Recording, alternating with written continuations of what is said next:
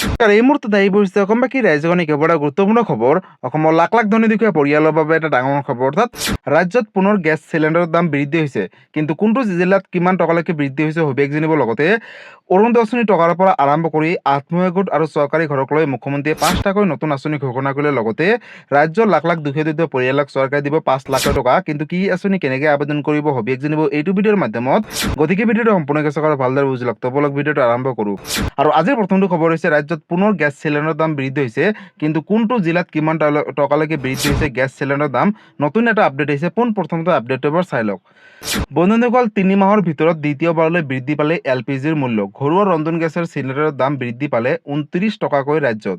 গতিকে ৰাজ্যৰ লাখ লাখ দুখীয়া পৰিয়ালৰ বাবে এটা ডাঙৰ খবৰ। ঘৰুৱা ৰন্ধন গেছৰ চিলিণ্ডাৰৰ দাম বৃদ্ধি পালে 29 টকাকৈ। ইন্ধনৰ নাটনিৰ মাজতে ৰন্ধন গেছৰ গ্ৰাহকৰ বাবে বেয়া খবৰ। জানি লওক আপোনাৰ জিলাত কিমান টকালৈকে বৃদ্ধি হৈছে নতুনকৈ ৰন্ধন গেছৰ চিলিণ্ডাৰ। বজালী জিলাত ঘৰুৱা চিলিণ্ডাৰৰ মূল্য হৈছে 984 টকা। লগতে বাক্সা জিলাত ঘৰুৱা চিলিণ্ডাৰৰ মূল্য হৈছে 999 টকা। বৰপেটা জিলাত ঘৰুৱা চিলিণ্ডাৰৰ মূল্য হৈছে 984 টকা। বিশ্বনাথত ঘৰুৱা চিলিণ্ডাৰৰ মূল্য হৈছে 1007 টকা 50 পইচা। বঙাইগাঁৱত ঘৰুৱা চিলিণ্ডাৰৰ মূল্য হৈছে 974 টকা। কাছাৰ জিলাত ঘৰুৱা চিলিণ্ডাৰৰ মূল্য হৈছে 1074.50 পইচা। চৰাইদেউ জিলাত ঘৰুৱা চিলিণ্ডাৰৰ মূল্য হৈছে 957.50 পইচা। চিৰাঙত ঘৰুৱা চিলিণ্ডাৰৰ মূল্য হৈছে 974 টকা। দৰং জিলাত ঘৰুৱা চিলিণ্ডাৰৰ মূল্য হৈছে 999 টকা। লগতে ধেমাজিত ঘৰুৱা চিলিণ্ডাৰৰ মূল্য হৈছে 1007.50 পইচা। ধুবুৰীত ঘৰুৱা চিলিণ্ডাৰৰ মূল্য হৈছে 992.50 পইচা। ডিব্ৰুগড়ত ঘৰুৱা চিলিণ্ডাৰৰ মূল্য হৈছে 941 টকা।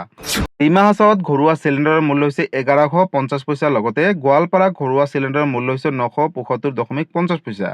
গোলাঘাটত ঘৰুৱা চিলিণ্ডাৰৰ মূল্য হৈছে 958.50 পইচা। গুৱাহাটীত ঘৰুৱা চিলিণ্ডাৰৰ মূল্য হৈছে 991 টকা।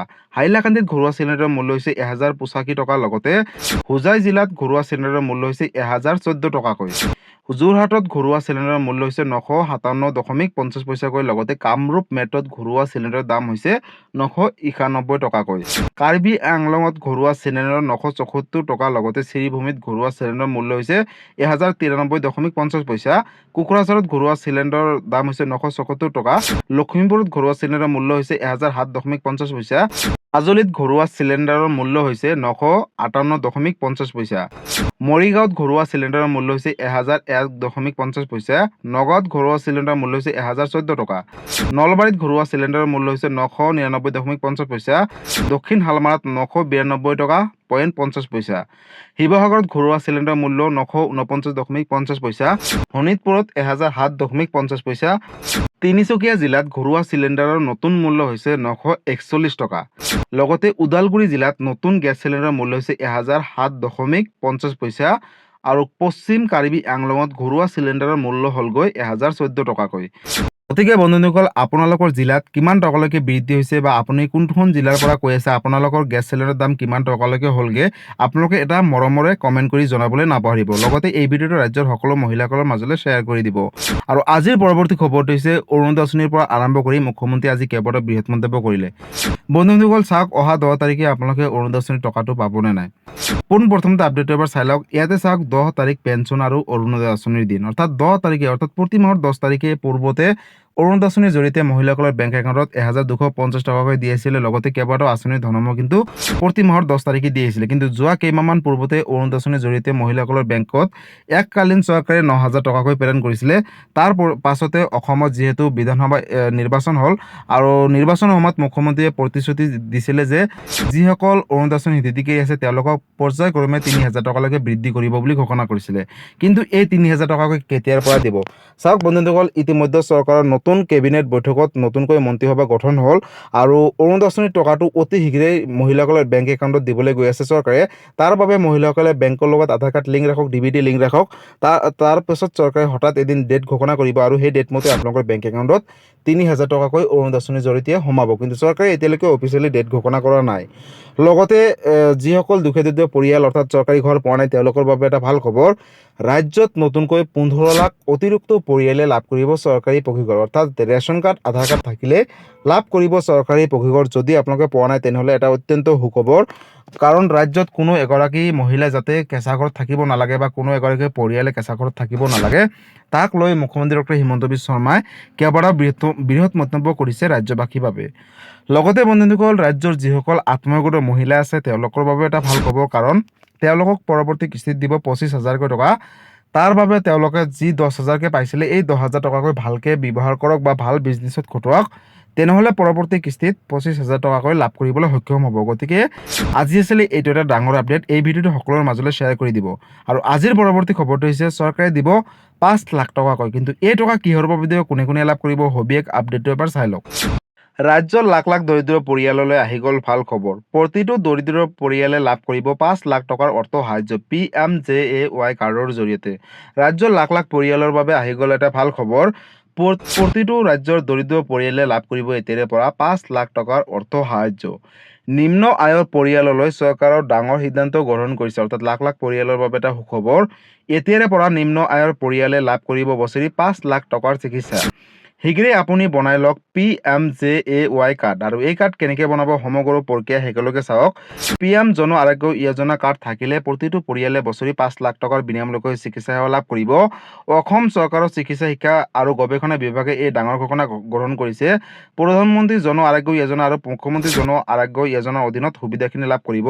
PMJAY কাৰ্ডৰ জৰিয়তে 5 লাখ টকাৰ সম্পূৰ্ণ বিনামূলীয়াকৈ চিকিৎসা লাভ কৰিব।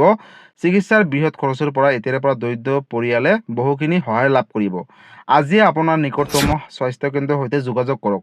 আপুনি পাব ৰাজ্য চৰকাৰৰ 5 লাখ টকাৰ অৰ্থ সাহায্য। আজিয়ে কৰি লওক এটা জৰুৰী কাম।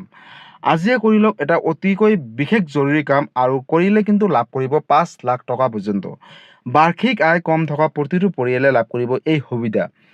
চৰকাৰে কৰিলে ডাঙৰ ঘোষণা ৰাজ্যৰ লাখ লাখ দুখীয়া, দৰিদ্ৰ আৰু নিম্ন পৰিয়ালৰ বাবে।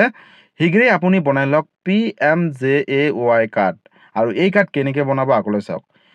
PM জন আৰোগ্য কাৰ্ড থাকিলে প্ৰতিটো পৰিয়ালে লাভ কৰিব 5 লাখ টকা বিনামূলীয়াকৈ চিকিৎসা। তাৰ বাবে কিদৰে আবেদন কৰিব, কি কি নথিপত্ৰৰ প্ৰয়োজন হ'ব, সকলো প্ৰক্ৰিয়া চাই লওক। আজি আপোনাৰ নিকটতম স্বাস্থ্য কেন্দ্ৰৰ সৈতে যোগাযোগ কৰক আৰু অতি শীঘ্ৰেই কৰি ল'ব। আবেদন কৰিবলৈ প্ৰয়োজন হ'ব প্ৰতিটো পৰিয়ালৰ ৰেচন কাৰ্ড অথবা আধাৰ কাৰ্ড। আয়ুষ্মান পৰ্টেলৰ জৰিয়তে ৰেচন কাৰ্ড অথবা আধাৰ কাৰ্ড ব্যৱহাৰ কৰা হ'ব। যোগ্যতা নিৰ্ধাৰণ যোগ্য বুলি প্ৰমাণিত হ'লে পৰিয়ালৰ সদস্যসকলৰ নাম স্ক্ৰীণত স্পষ্ট হ'ব। আবেদনকাৰীয়ে চিনাক্ত কৰিব লাগিব সদস্যসকলৰ নাম। লগতে আধাৰত সন্নিৱিষ্ট নম্বৰত আপোনালৈ এটা আহিব অনলাইনৰ জৰিয়তে OTP বা অথবা বায়'মেট্ৰিকৰ জৰিয়তে নিশ্চিত কৰিব পাৰিব আপোনালোকৰ সঠিক তথ্য। আবেদনৰ সময়ত লাগিব আবেদনকাৰীৰ লাইভ ফটো, নহ'লে কিন্তু আপোনালোকে নাপাব। EKYC সম্পূৰ্ণ হ'লে 24 ঘণ্টাৰ ভিতৰত লাভ কৰিব PMJAY ডিজিটেল কাৰ্ডখন।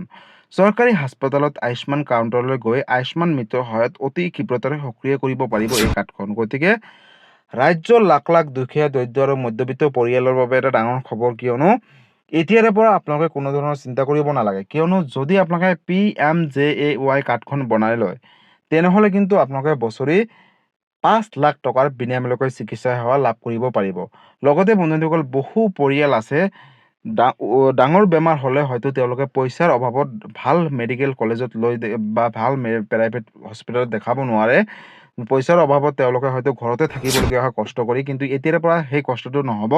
যদি আপোনালোকে PMJAY কাৰ্ডখন বনাই লয়, তেনেহ'লে চৰকাৰৰ তৰফৰ পৰা বছৰি 5 লাখ টকাৰ বিনামূলীয়াকৈ চিকিৎসা সেৱা লাভ কৰি থাকিব। গতিকে অতি শীঘ্ৰেই আপোনালোকে এই কাৰ্ডখন বনাই লওক। আপোনালোকৰ ওচৰ চুবুৰীয়াৰ নিকটতম স্বাস্থ্য কেন্দ্ৰৰ সৈতে যোগাযোগ কৰি অনলাইনৰ মাধ্যমত আধাৰ কাৰ্ড বা ৰেচন কাৰ্ড থাকিলেই বনাব পাৰিব। গতিকে এইটো এটা ডাঙৰ আপডেট আছিলে ৰাজ্যবাসীৰ বাবে। লগতে অৰুণোদয় আঁচনিৰ পৰা আৰম্ভ কৰি কেইবাটাও বৃহৎ নতুন আপডেট আহিছিলে। এই ভিডিঅ'টো ৰাজ্যৰ সকলোৰে মাজলৈ শ্বেয়াৰ কৰি দিব, যাতে এই ভিডিঅ'টো চাই সকলোৱে এই আপডেটখিনিৰ কথা জানিব পাৰে।